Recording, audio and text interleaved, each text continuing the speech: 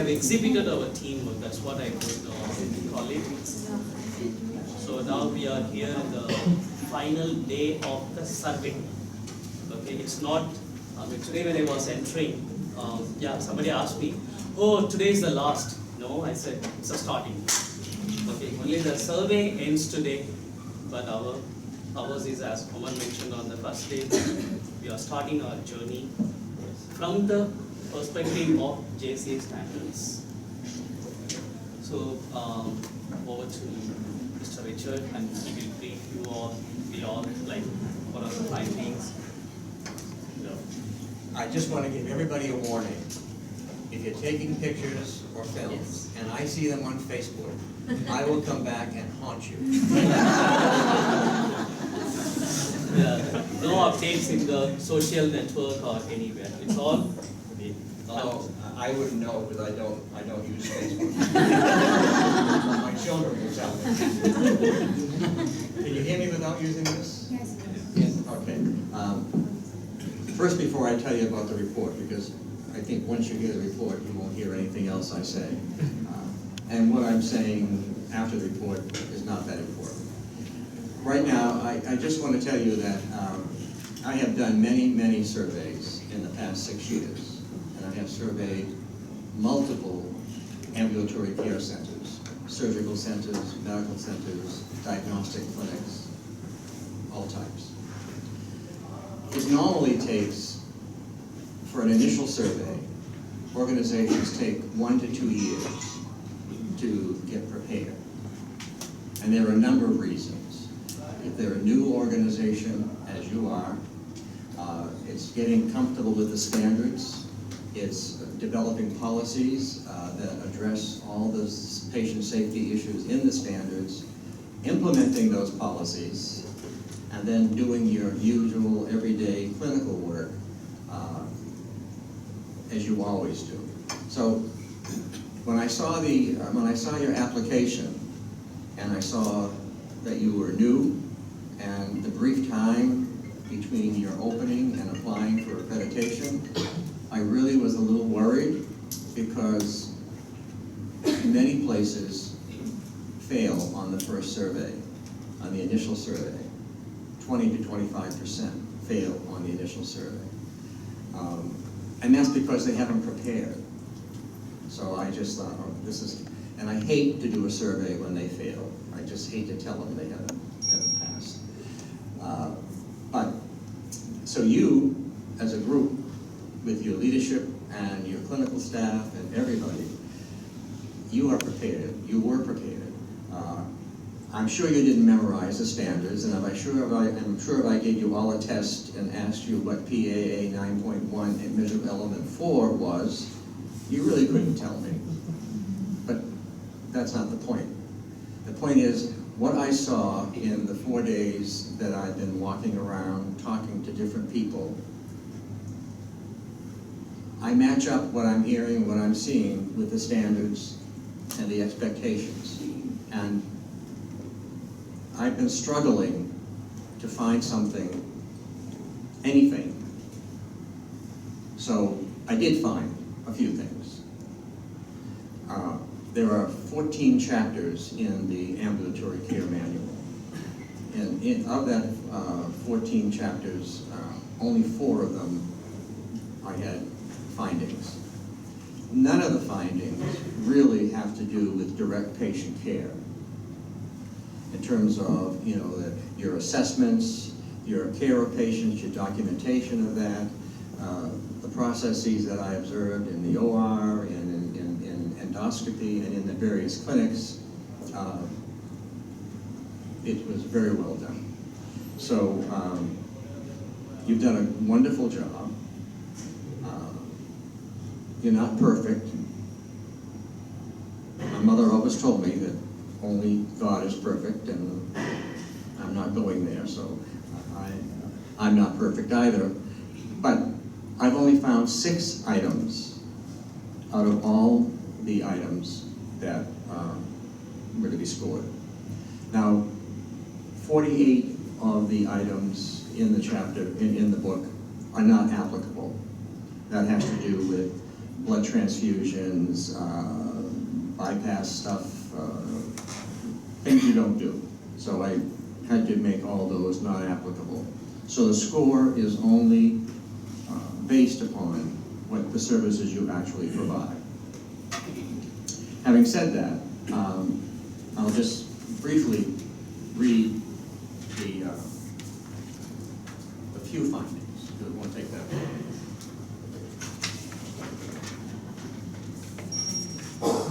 The first one is PAA 9.1. That has to do with your monitoring of your quality data, in this case, in your diagnostic services, or in this particular case, in radiology. They have established turnaround times for all of their diagnostic exams, both radiology and sonography. They have the data. They have not been monitoring the data. So it has to do with monitoring your data to show that you are meeting your own expectations in terms of your turnaround times for your reports. And that these are all partially met. PSC 2 has to do with your contracts. You have contracts with outside services. You have all the required content in the contracts. What you're doing, however, is the standard is very clear, is that you monitor quality data coming from the vendor. You have set expectations as the standard requires for what you expect them to do and for what quality data you will look at. But what you're doing is you're doing the aggregation and analysis of that data. It should be coming from the vendor. I know that's a small point, but it's significant in that you're monitoring, actually, they're giving you the data, and then you double check that, obviously. So that's the issue there. IFS 3, this has to do with infection control. You have an organization policy that talks about prophylactic antibiotic use prior to surgery. It's a very specific policy. It's very specific about the medications and the surgery, and it's a very good policy. And I'm told you are doing it. However, there's no monitoring of that. So there's no way from a quality point of view that I could see that you are monitoring compliance with your own policy. And it is a standard of care. So that you need to start looking and paying more attention to, you're collecting data, you need to monitor it. Because I understand that all this data is available in your system. So it's a matter of just paying more attention to that. IFS 8 has to do with your fire safety program. You have a very comprehensive fire safety program. Everything is sprinkled, you have smoke detectors, you have shut-off valves, you have fire extinguishers, you have a good suppression system. However, there's the area throughout the organization are the medical gas shut-off valves. They are covered with a locked cover. The keys are kept in biomed. So if there were an emergency or a fire or whatever, and the gases need to be turned off, the nurses know it's their responsibility to do it, but there's no way of getting to the valve because the key's not available and you have nothing to break the plate with. You now have little hammers, and they've already been installed, and they do work because we've tried this other places. So that is that one. Then there's IFS 10. This has to do with the storage of hazardous chemicals. You have a policy that's very clear that hazardous materials will be stored in the appropriate cabinet. And the standard and the MSDS sheets identify for each product how they should be stored. In the dental clinic, there was a container of a cleaning solution that by the MSDS sheet is flammable. So that should be stored in a fireproof cabinet. And in CSSD, they had a small container of fluid that was combustible, and they had a container of fluid that was a corrosive. These were all stored in both areas on an open shelf. Your policy states very clearly how they're to be stored, and our standard is clear.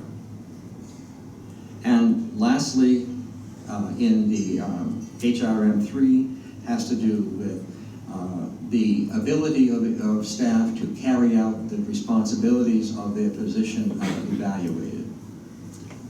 You have a process of evaluating. This is the nursing staff.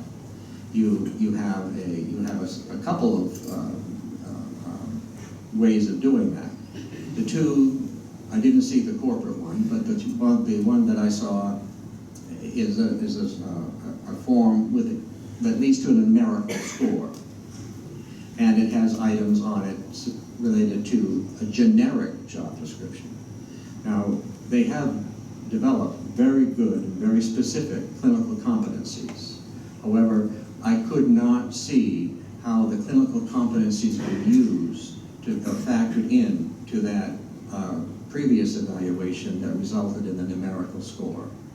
So when you do your evaluation, you need to be looking at what do they do, what's their clinical function, and you are required to have competencies that speak specifically to whether they work in the OR or endoscopy or wherever they work, and they be evaluated on those competencies. Certainly they can have other evaluations, but the competencies must be visible. So, that's it. This is one of the shortest reports I've ever had. I was telling people that I'm not worried about it, but I did contact Chicago last night via email and told the chairperson of the review committee that I was submitting a report and they had only found 6 findings. And I told her why, because it's a good organization and they're prepared. I wanted her to know that I tried very hard to find something. and the problem with being as good as you are is that people like me find picky things that normally, that it doesn't totally meet the standard, but nobody's going to be hurt if it's not done. But I had to find something. So I wouldn't say they're insignificant. They are significant, but there is nothing in this report that would keep you from being fully accredited.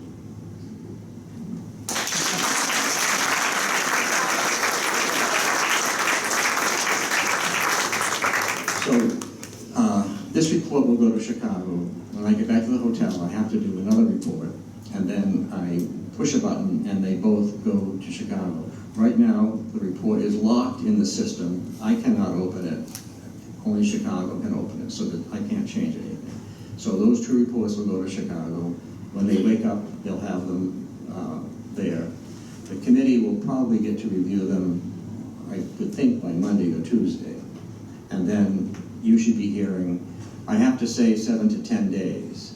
With a report like this is not rocket science here. They've just got to look at 6 items.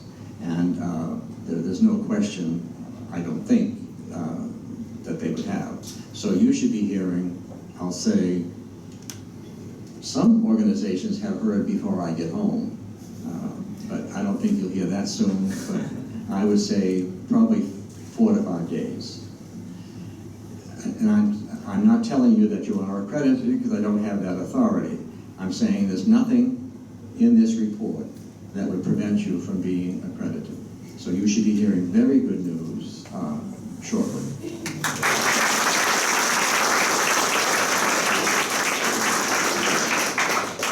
So that's it for the report.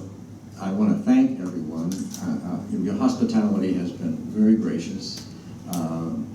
To the clinical staff, I say thank you very much because, believe it or not, in many surveys, physicians particularly run away and hide, and they do not want to talk to a surveyor. Nurses don't have much of a choice because they're there. They don't. There's too many of them to hide. So, but everybody has been very open. You've offered information that I haven't even asked for, which was helpful. I would just caution you on your next survey: never answer or never give information unless you are asked the question. Because the more information you give the surveyor, right, the more things they will have to ask about. So be cautious about that. There was no issue with anybody, but anybody said. It was very helpful. But I think you're a good organization. I think you're a very good organization. I think you're very fortunate to have the leadership that you have that has brought together a number of very qualified and enthusiastic individuals. So maybe in 3 years, when the survey has come back, maybe they'll find nothing.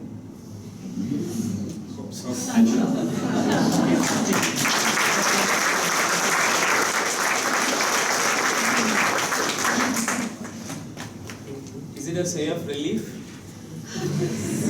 No. We are going to struggle to keep it up.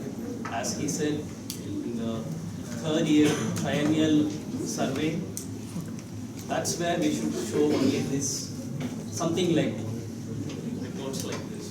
So our journey continues, and I request Mr. Omar to say a few words.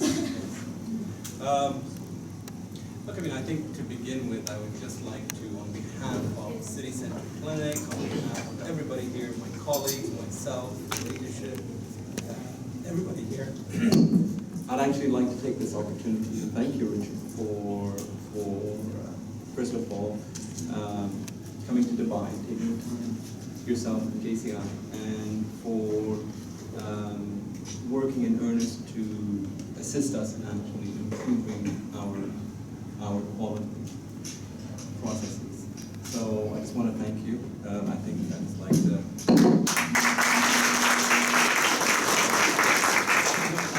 on that note,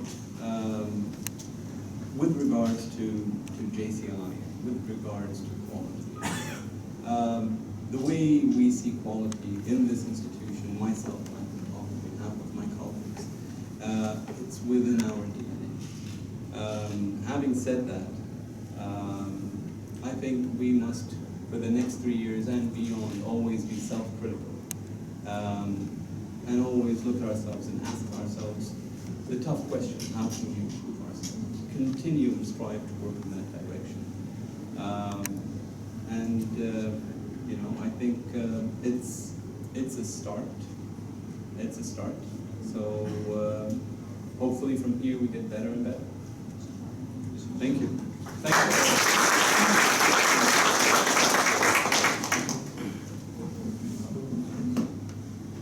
See, all these 5 days, we had shared, and we were very fortunate to have Mr. Richard Shehan with us. We had, during all this sharing of knowledge processes, we had learned a lot, and he had shared a lot of wisdom and the motivation to all of us, each and every individual. So and he has been always, his objective of the survey is not to find fault. His objective, you can very well understand during the survey, because we have been closely interacting with him and all the department heads and all. So his objective was to develop us, to improve us, and to implement the quality and the patient safety processes. Exactly. So that's what I should really, because we never felt that he was a dictator or a surveyor, and he was very friendly. It's a trick. Possibly. Possibly. Aha, got you. You always. So we are, on behalf of all of us, my special thanks to Mr. Richard, And you know what? Now I just sitting here, I counted. We almost have 19 physicians sitting here today. It's almost 95% of attendance of our clinicians. Most of them are off today. It's the weekend. Thank you. Okay. So my first thanks to all the clinicians who have taken part of this. You consider this project because yesterday we were talking about. Dr. Sujata had audited several hospitals and several stuff. She shared that everything is easy in this one except managing the clinicians and involving the physicians and clinicians to the quality. It's true because in all other organizations, and he also had shared the same, and he was very impressed that our clinicians had taken part in this. So my special thanks to clinicians because without you, nothing is possible. The two persons who have not slept for the past 2 months and who have forgotten the family, kids, and whenever they sleep, whenever they close their eyes, I think I used to come in the nightmare. Of course, if I don't mention their names, it will become a injustice. So my kudos to Amal and Thomas.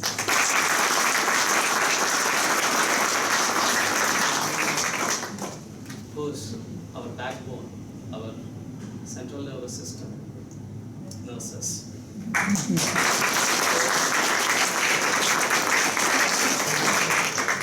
Mr. Richard mentioned that nurses do not have a choice. They have to comply, they have to do all this stuff. But they didn't, none of them had taken it because we had forced them, they did it. Okay. They all did it because it's just, what we wanted is their involvement, not just obeying and doing the work. It's not for the leadership or for the managers you work, and they had exhibited a very good commitment. So without you girls, I don't know what would have been.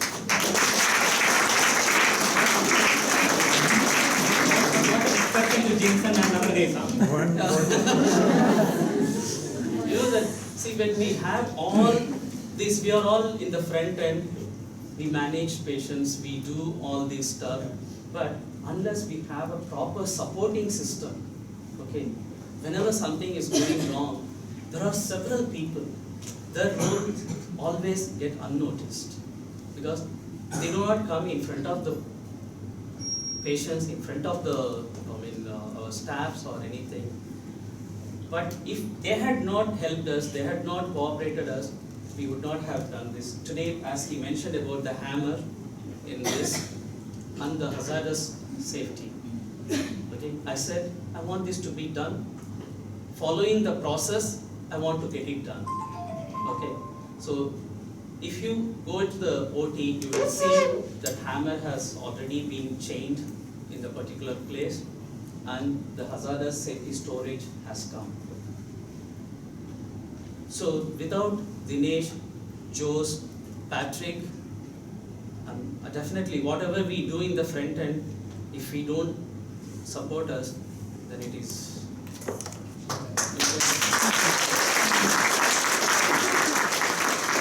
It was a very timely, because they can get it done, but in the timely fashion, they really got it done. And while going, Mr. Richard is taking a message in his mind. We found one JCI surveyor here. Because Dr. Sujata seems to, because they're quality people, they share or they converse in the same languages, and he said that yes, you have a great asset here to maintain the quality. It's not only for the lab and all. And as we all knew that the lab with a reduced number of staff and extended working hours or operational hours, they have done a great job in getting our lab accreditation done. So claps to you. But you know what? I might have missed some people. Okay, it doesn't mean that they are not noticed or they are not recognized. Okay, if you look into this, there are two main people. They became very indispensable during all this work. That Sridhar and Mahesh.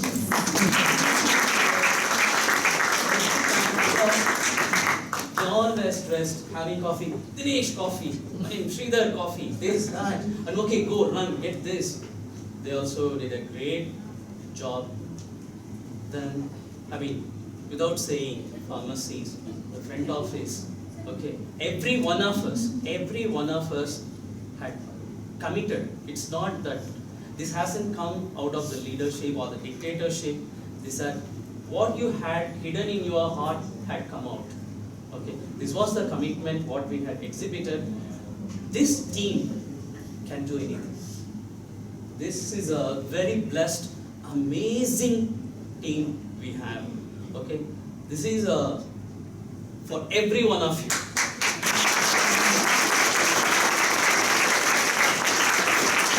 So we had a very nice time, and Udar is going to miss Mr. Richard.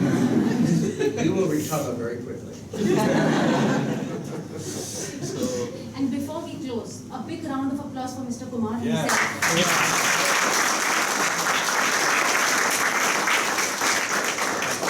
I wouldn't have been able to, we wouldn't have been able to reach this stage without you all. Yeah. Okay. And we mentioned about everything. Unless if the leadership has a vision of going for it, wouldn't have we achieved it. So he is the man behind it. Yeah.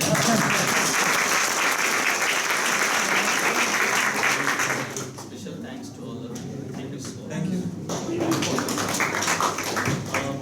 I request your hand.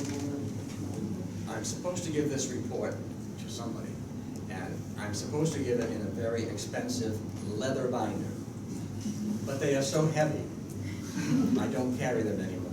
Because when I do 3 or 4 surveys in a row, I have to pay money for my extra weight. So I hope you won't tell Chicago that I didn't give you a binder. I just gave you a staple. What is a staple?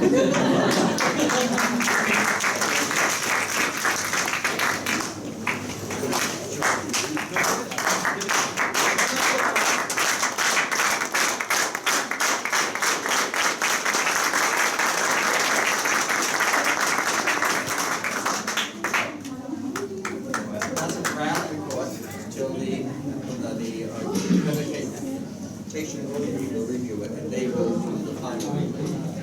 As I told you the first day, I'm not very proficient with computers, so the format is a little online, but they'll take care of it. It's the content you're worried about. Thank you, everyone. Thank you.